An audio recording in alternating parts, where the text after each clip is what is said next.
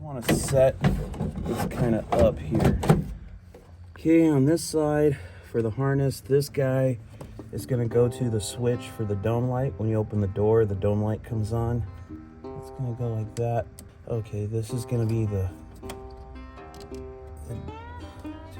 tail light harness, and then this one is going to go. So this guy is going to go there, and this goes to the dimmer switch like that. So the taillight harnesses are accessed. You gotta be gentle with these things. They're just sheet metal, kind of folded over to hide the harness and protect it.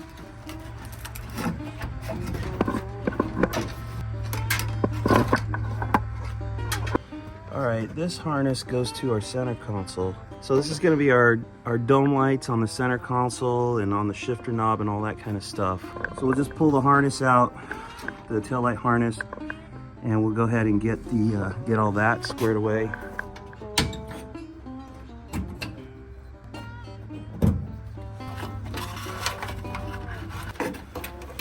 Take the bulb out. I can turn it sideways enough to get that through. Okay, so we're probably gonna have a hard problem with that bulb too. There we go. Okay. This is to the tail, or the light to the license plate. That's the plug to the light. By the way, this used to have air shocks in the back. If you're younger, you probably don't know what that is, but they used to make shocks that had kind of like airbags inside of it.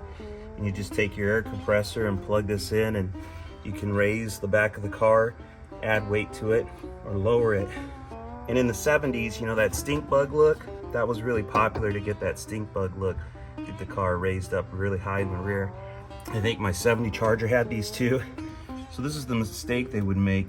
They'd run both air lines from each shock to one inlet. So when you aired this up, both shocks would go up at the same time.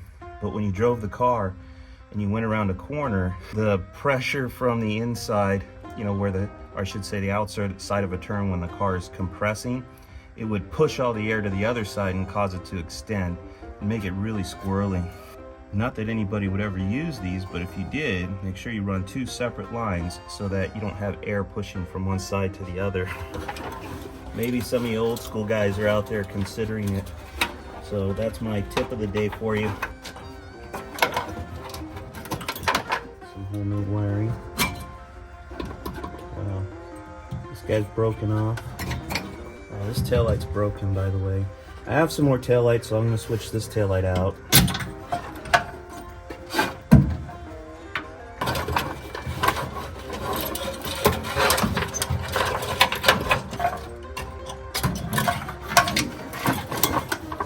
Looks like the wires got cut at one point and then patched. This rubber is so old and tired. It's old and brittle. Let's see if I can break it. There we go. The top half of the rubber was still there.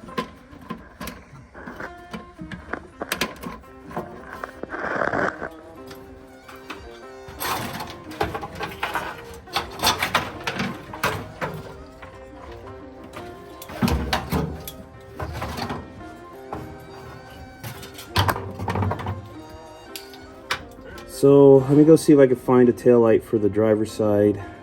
Something I want to do is wire wheel where the light socket goes into. Got these nice brand new plugs, but we want to make sure we have good continuity between the harness and the taillight. And these guys are pretty corroded. They're just pot metal and dirty and stuff. So I'm going to pull this one out, replace it, wire wheel around here, and I think we can get the wire wheel while it's in the car here, so we can just hit this stuff. Let's see how that goes. Okay, so I have a tail light. Looks good. So right off the bat, this is something else I've noticed that's unique to early 68s. So in an earlier video, I told you about how this 68 Charger is an early build. I actually talked to the original owners of the car, and they bought it in '67. So the earliest production car, 68 Chargers that came off the production lines, had a deck lid like this. So what's unique about it, doesn't look special, right? But it is, because these early 68 Chargers had the inner panel cut away like this, similar to how the hoods are constructed. And then at some point in time, they decided to not cut this away, and they just left the inner panel as a single panel with no cutouts in it. So it looks like that. And then once they did that, they carried that through 69 and 70 models as well. The other thing too I'm noticing is these guys, these are just nuts with a flat washer on them.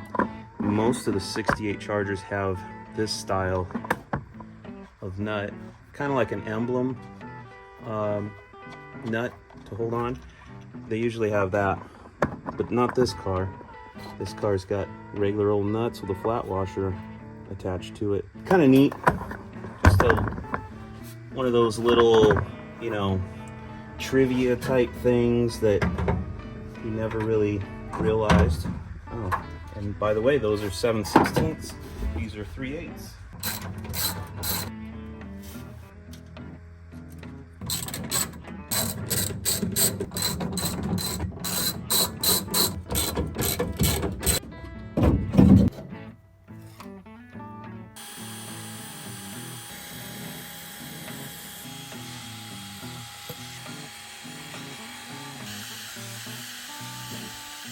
So we got this guy all cleaned up, scuffed up for good contact.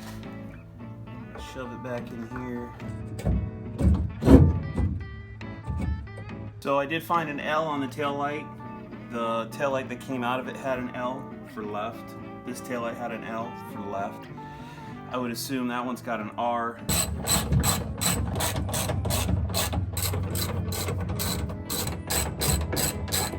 So I just noticed another strange thing. These taillights, original to the car, have these prongs come off of them. See, like this. And these 68 taillights, the replacement does not have that prong.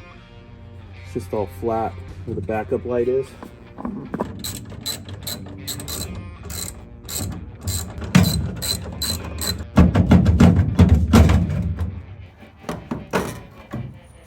This taillight lens is pushed in and crooked.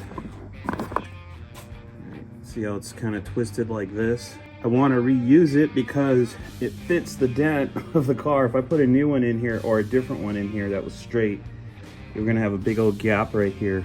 We're just gonna leave this one the way it is, clean it up, clean the contacts in it, and put it back in the car. If it wasn't obvious, this car took a hit here at one point in time. And you can see this whole lower corner is just pushed in. Obviously the bumper was changed.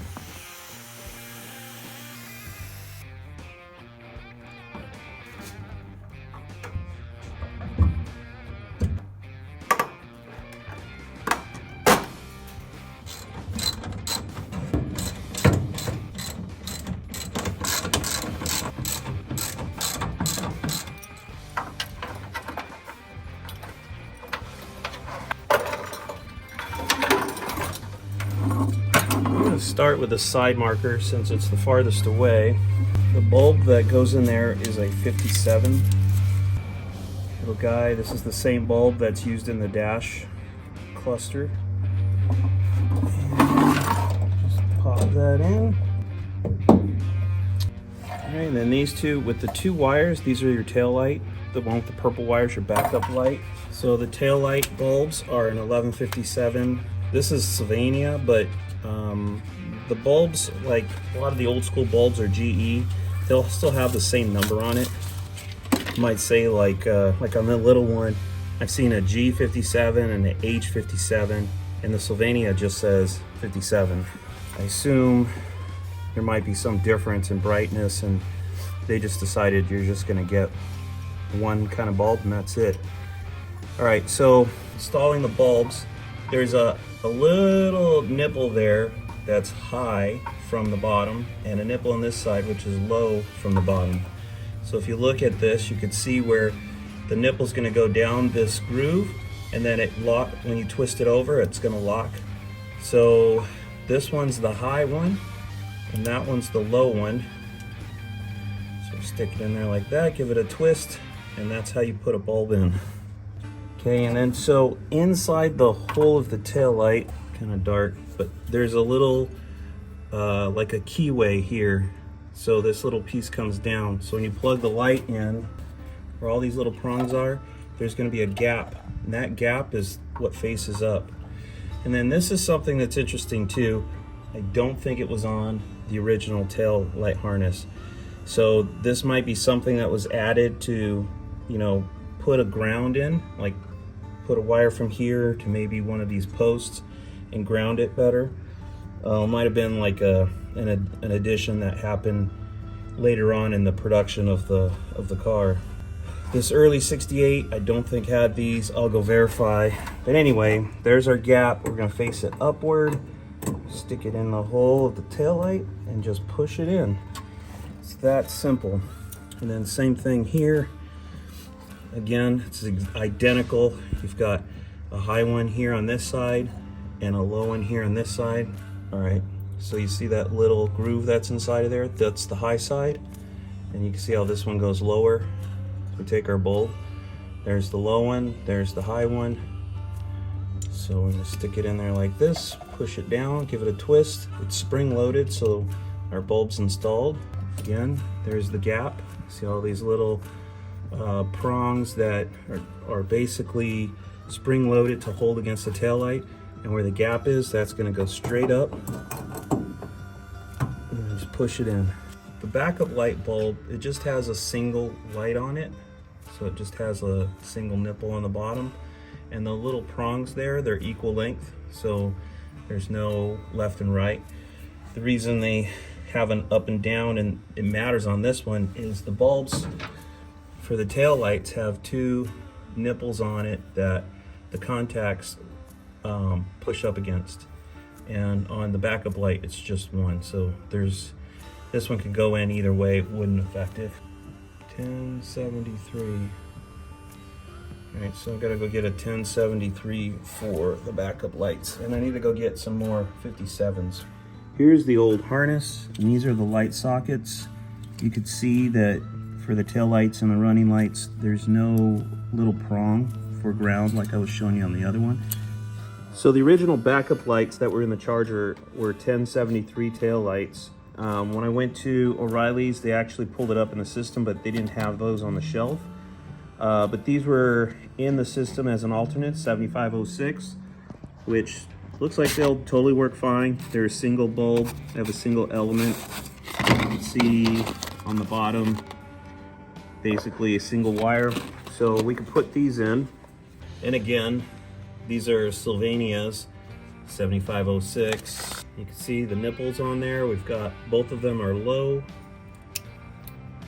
which is the same here. Again, just line it up to the groove, push down, rotate clockwise, and you're in like Flynn. Those also have that little ground prong. And same deal, it's got a little bit of it's got a key here. So you've got that gap that goes into that key. And passenger side is done. Totally screwed that up.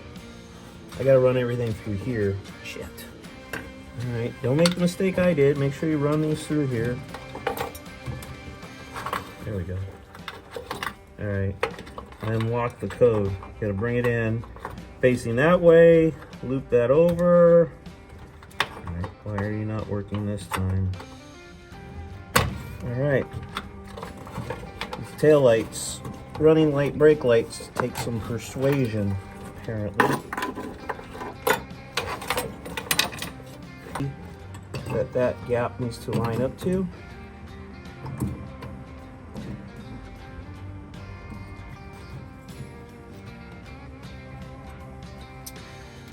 Line it up to the key, the top.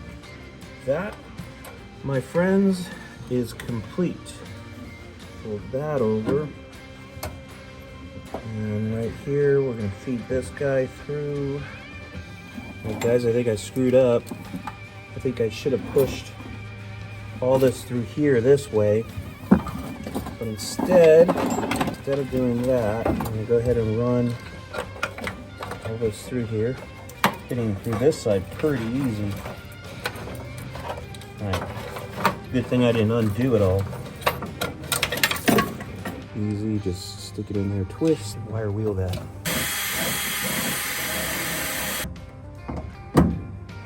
It's in the taillight housing. Put it in a twist, a gap, goes straight up to match the keyway, gap facing straight up to match the keyway in the housing. There's a couple of tabs here, a couple of tabs right here as well.